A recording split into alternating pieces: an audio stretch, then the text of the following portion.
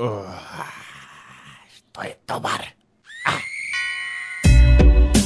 Pasterizirano, homogenizirano i fermentirano vrhnje s 12% mliječne masti uz obavezno čuvanje na hladnom od 4 stupnja Celzija do 8 stupnjeva Celzijevih.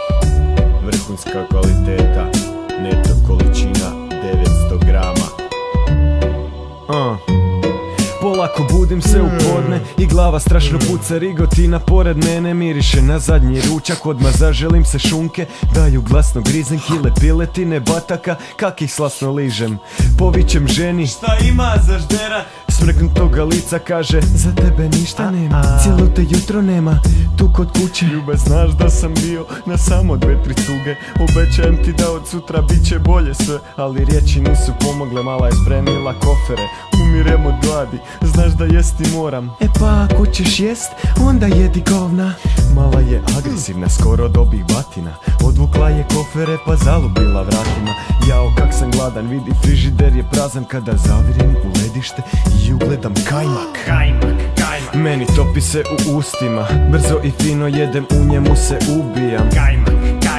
Volim ga tak mekana, toliko je sladak da bi pojeo i tetrapak.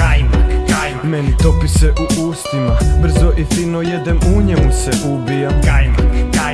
Volim ga tak mekana, toliko je sladak da bi pojeo i tetrapak. Brzo ga otvorim pa jedan dio ispadne, ja ga uhvatim i kažem, ljubavi imam te. U čaši u kanti kajmak, dobar je za ručak, nije bitan izgled, ljepota je iznutra. Svaki dan u sumrak mi se njišemo na vjetriću, ja se ljuljam, a on se okreće po jeziku. Poješću ga cijelog i znam da sam proklet, jedem ga ko svinja jer ne mogu odoljet. Bijela je boje, Moj, samo moj. kak se kaže to je ljubav na prvi pogled.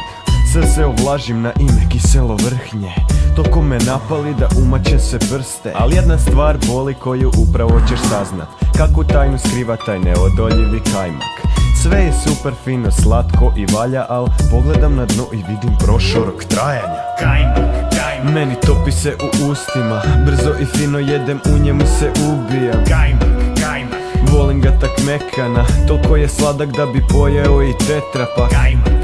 Meni topi se u ustima, brzo i fino jedem, u njemu se ubijam.